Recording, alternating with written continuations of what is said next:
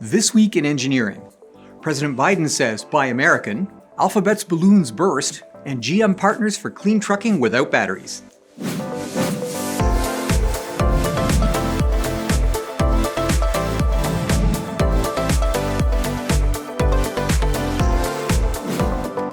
Today's episode is brought to you by Engineering.com, a globally trusted source for engineering content. Check out this and many other exclusive videos for the engineering professional found only on Engineering.tv today.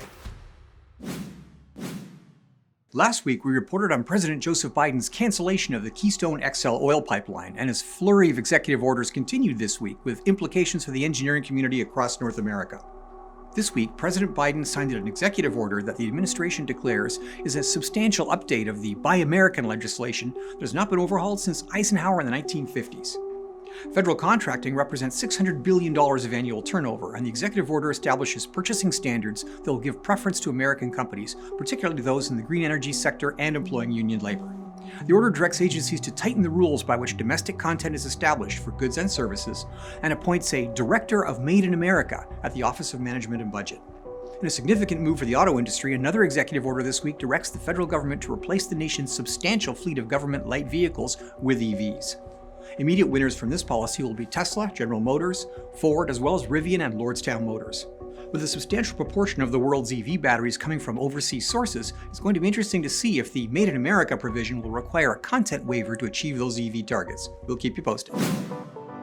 The battle for internet connectivity worldwide has traditionally been a rivalry between copper conductors and fiber optics. But satellite-based systems appear to be ready for prime time, with Elon Musk's Starlink enterprise now launching regularly and some 400 satellites already in orbit.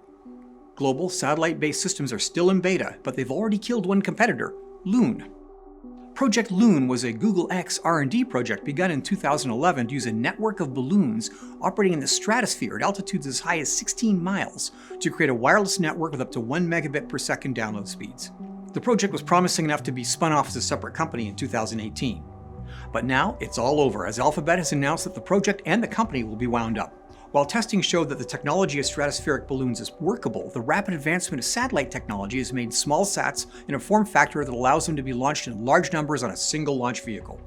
When combined with in-house low-cost lift capability enjoyed by competitor SpaceX, Loon's balloon-based system was simply overtaken by events. Some of the enabling technology may be useful in the future for applications such as scientific research and remote sensing.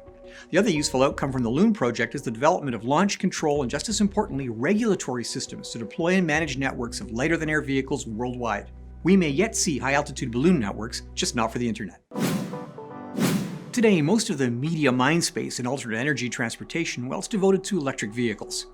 The hydrogen fuel cell community, however, is fighting for their piece of the action. General Motors has announced a collaboration with heavy truck maker Navistar International Corporation to create a zero-emission, long-haul freight transportation system as opposed to just the trucks themselves.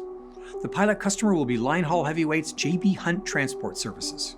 General Motors will supply their Hydrotec fuel cell power cubes for integration into Navistar trucks, with the first production model rolling off the line in 2024. Navistar subsidiary 1H2 will provide hydrogen gas and fueling services.